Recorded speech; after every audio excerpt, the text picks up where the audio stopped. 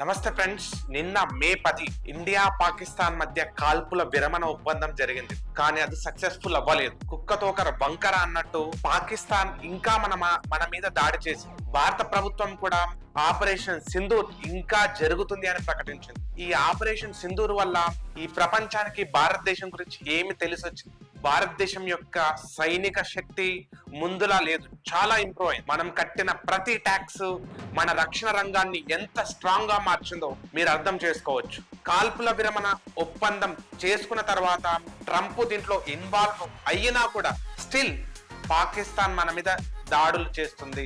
S-400 లాంటి missiles, anti missile damage system వల్ల 15 నగరాల్ని మనం కాపాడుకోగలిగాం. ఇలాంటి సిస్టమ్ మేడ్ ఇన్ ఇండియాలో ఇండియానే డెవలప్ చేసుకోగలిగింది. పాకిస్తాన్ కి చైనా ఇచ్చిన ఏ మిసైల్స్ గానీ ఏది బాగా పనిచేయలేదు. ఇంకా మన ఇండియాలో ఇంకా నిపుణుల కొరత చాలా ఉంది. పైలట్స్ కానీ, మిలిటరీ సిస్టమ్ కానీ, ఇంకా రిక్రూట్మెంట్ చాలా చేయాల్సి ఉంది.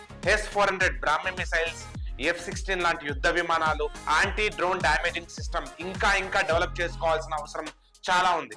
జిత్తుల మరి నక్క పాకిస్తాన్ మళ్ళీ ఏ రోజైనా ఇండియా మీద దాడి చేసే అవకాశాలు ఉన్నాయి. Still IMF international monetary fund 8,500 కోట్ల సహాయం చేసింది వాళ్ళకి, పాకిస్తాన్ కి. అది ఉగ్రవాదాన్ని పెంచి పోషిస్తున్నా కూడా పాకిస్తాన్ కి ఇంకా బయట నుండి సహాయం అందుతుంది. అమెరికా ప్రేక్షక పాత్ర వహిస్తుంది.